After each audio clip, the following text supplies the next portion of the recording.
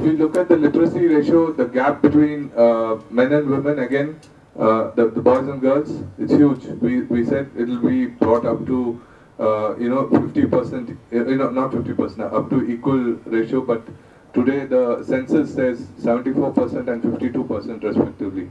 So there's again a huge gap. If we look at MDG 4, which is infant mortality, where are we today? 50% of our children are malnourished. 1 in every 5 go to bed hungry, and there is also the target was to look at reaching up to 45 life, 45 per thousand per lakh, yeah. So that's the MMR. That was again, that's still high at 450 per 1 lakh. So again, the IMR and MMR ratios are very high, and we are really falling back.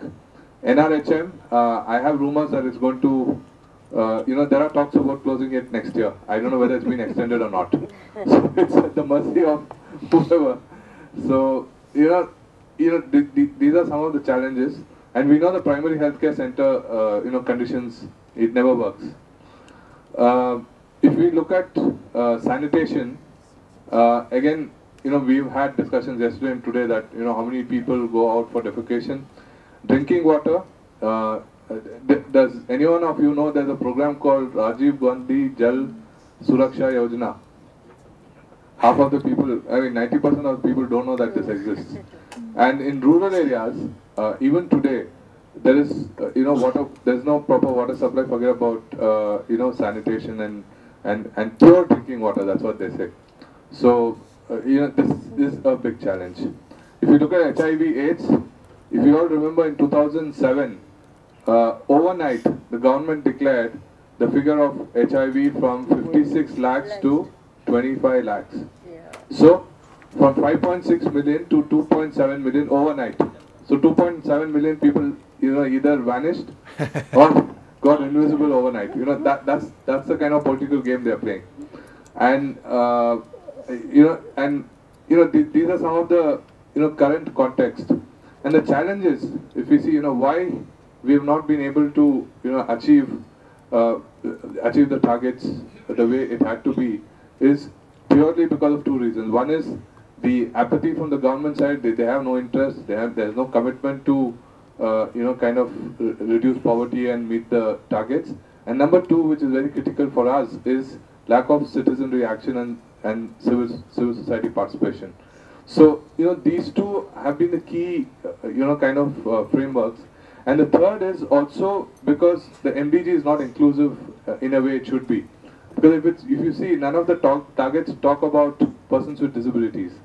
And, in India, there are around 6 to 7% of the population who are persons with disabilities. So, even if we achieve the targets, if these people are left out, even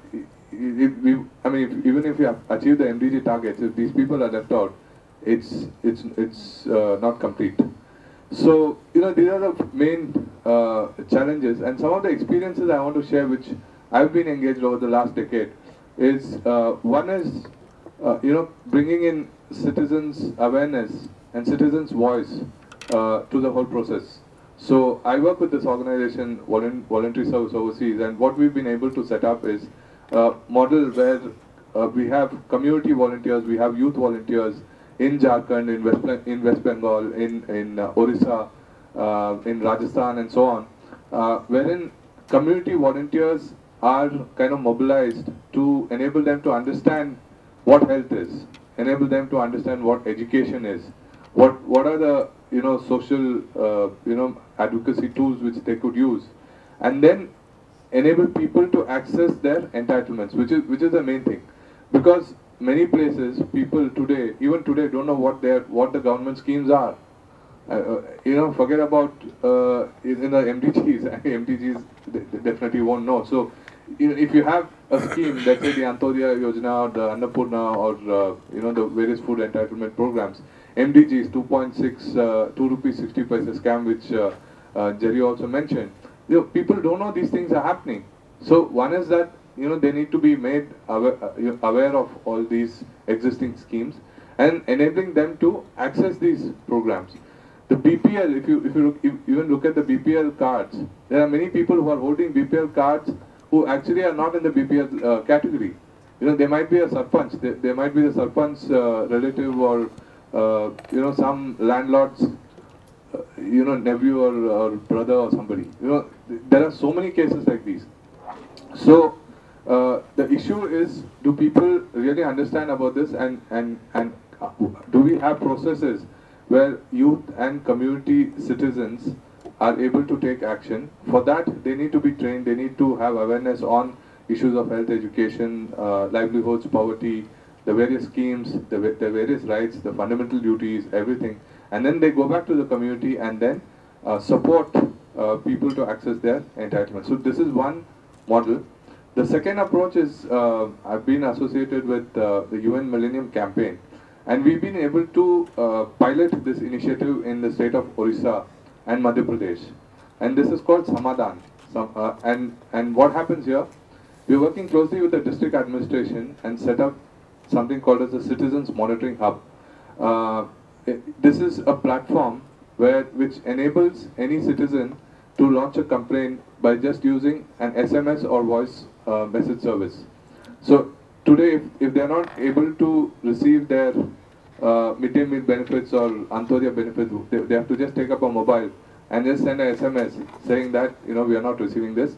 It gets recorded at the Citizens Monitoring Hub, and at the Citizens Monitoring Hub, it's at the district administration, so that at the end of the day, the collector has the data and knows how to fix the problems and where to fix the problem.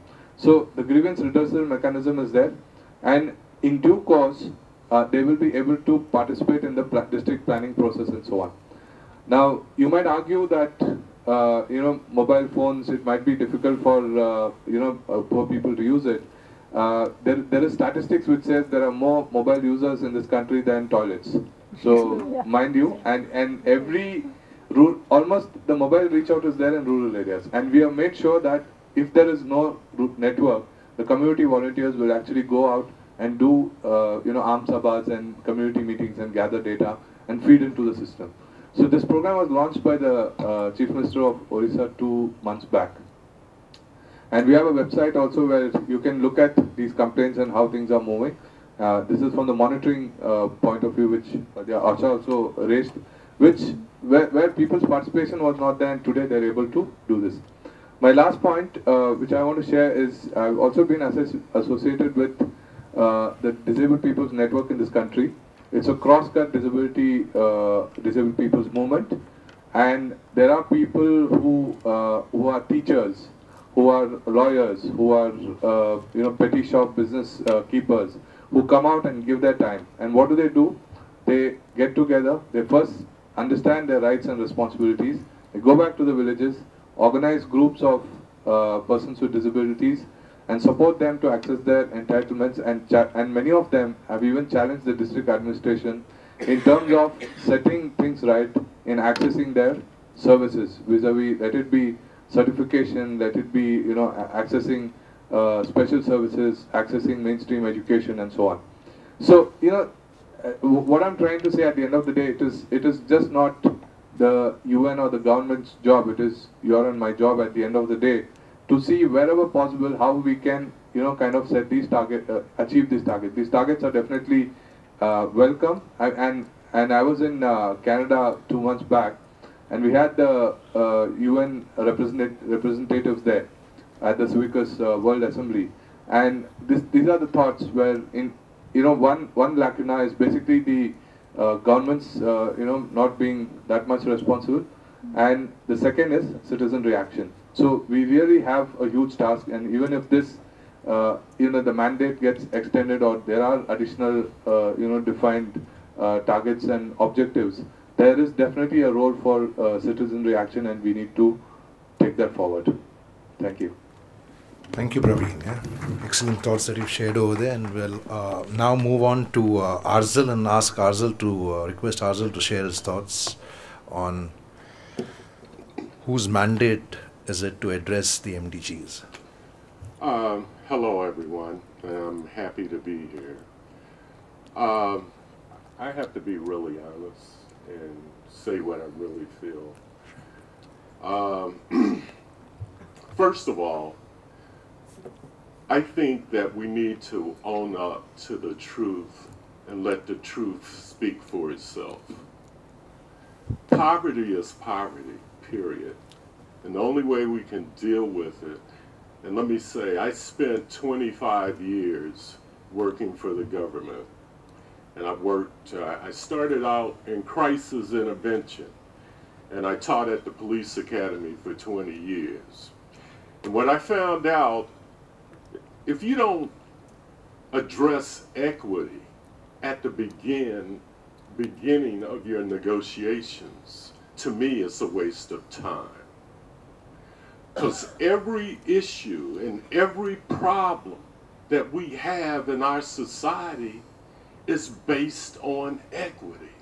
You either have it or you don't. I don't even discuss the issues of racism unless I discuss equity. If you would have asked President Washington, what is your self-worth?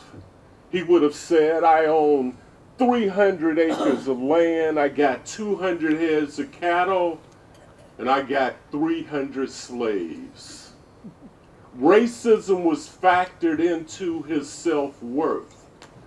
So until we can address the issues of equity, for example, and diversity, because the greatest education that we can depart to each other is diversity. Poor education is a result of isolation, cultural, economic isolation. But when we bring about diversity, then everybody has a stake in it. Now, I started a program called SHARE. Brought it in from California into Ohio. But we managed to place that food program in 5 major cities. The first thing I said, how can we create equity? I said, we can't just address the needs of the poor, but we must bring the poor together, the middle class, and if there are some wealthy people that want to participate, they're welcome to come.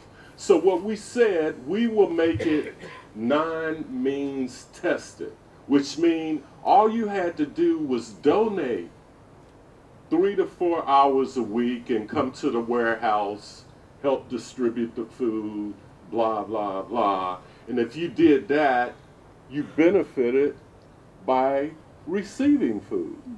So it brought the middle class in, it brought blacks and whites in, poor people in, because we made it diversified, but more importantly, we addressed equity. We gave everybody a fair share.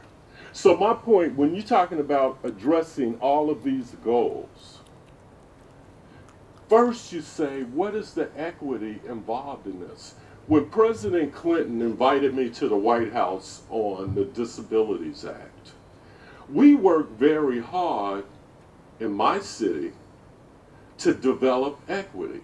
So what we did, we created common activities that we could bring rich disabled people to the table, poor disabled people, middle class disabled. Then when we brought them to the table, they could share their experiences. But why they could sit at the same table? Because we created a commonality in which they could all share. And there's some commonalities that we can all share. And we overlook them because we won't let the truth speak for itself. Poor people can't claim that they're the only ones that sing the blues, right? So my point is, in every one of these goals, equity should be a part of the discussion. And more importantly, we should realize that the greatest education that we can depart is diversity. Because once you create diversity, you create a situation where people have a stake in it.